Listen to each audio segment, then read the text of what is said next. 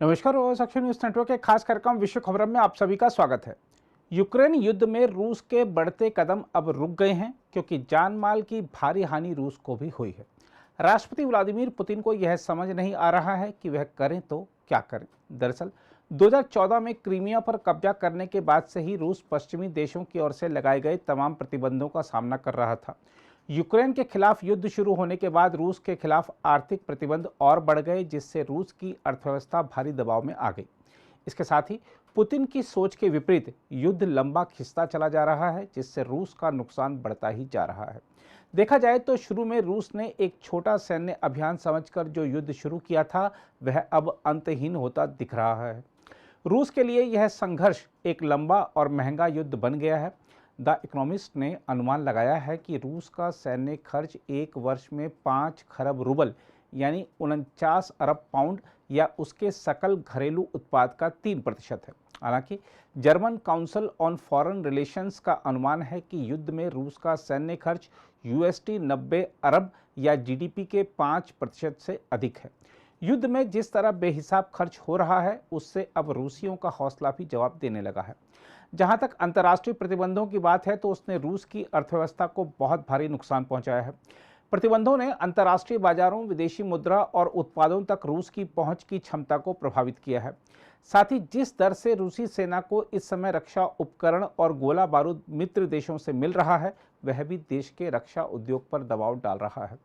इस स्थिति से उबरने के लिए रूस के सामने विकल्प यह है कि वह एक बार में निर्णायक सफलता हासिल करने के लिए अपने सैन्य प्रयासों को बड़े पैमाने पर बढ़ाए। अगर युद्ध ऐसे ही चलता रहा तो यूक्रेन को दुनिया से मदद मिलती रहेगी, क्योंकि यह युद्ध भले दो देश लड़ रहे हों, मगर इससे वैश्विक स्तर पर अर्थव्यवस्थाएं प्रभावित हो रही हैं। ऐसे में रूस को रोकने और यूक्रेन को जिताने के लिए दुनिया के बड़े देश यूक्रेन को समर्थन देते रहेंगे। अब तक के युद्ध को देखें तो रूस ने बड़ी मात्रा में हथियार और गोला बारूद खो दिया है। मार्च 2023 में ब्रिटेन के सशस्त्र बलों के मंत्री जेम्स हैप्पी ने अनुमान लगाया था कि रूस ने 1900 मुख्य युद्धक टैंक, 3300 अन्य बख्तरबंद लड़ाकू वाहन, 73 चालक दल वाले फिक्स्ड विंग विमान, सभी प्रकार के कई सौ बिना चालक दल वाले हवाई वाहन यानी UAV, 78 helicopter, 550 tube artillery system, 190 rocket artillery system और 8 नौसैनिक जहाज खो दिए हैं। इसके अलावा रूस को कई महत्वपूर्ण सैन्य और औद्योगिक चुनौतियों से भी जूझना पड़ रहा है। दरअसल सटीक निशाना लगाने वाले कई हथियारों के लिए रूस भी विदेशी तकनीक पर निर्भर है, जो कि प्रतिबंधों के चलते अब उसे मिल नहीं रही है। इस तरह की भी रिपोर्टें हैं कि रूसी सेना द्वारा उपयोग किए जाने वाले अधिकांश उच्च तकनीक वाले इलेक्ट्रॉनिक उत्पाद अमेरिकी कंपनियों द्वारा ही निर्मित होते हैं।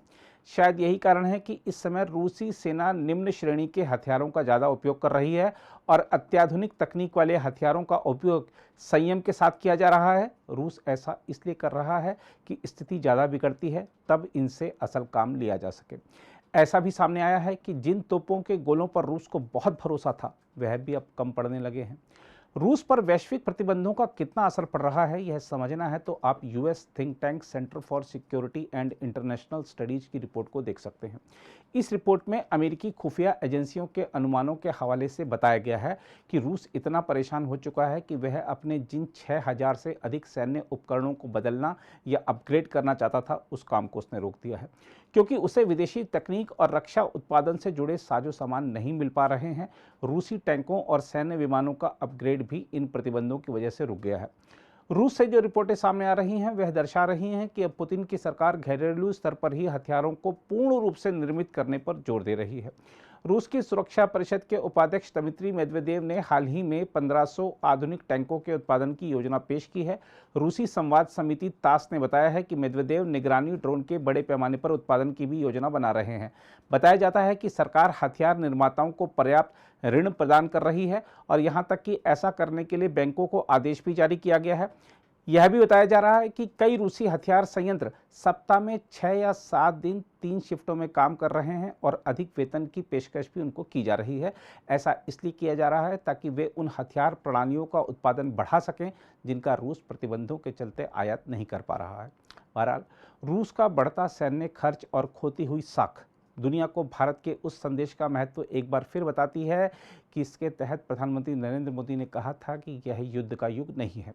युद्ध से भले रूस ने यूक्रेन के कुछ इलाके जीत लिए हों, लेकिन अपनी सैन्य ताकत का उसे जितना घमंड था वह चूर चूर हो चुका है।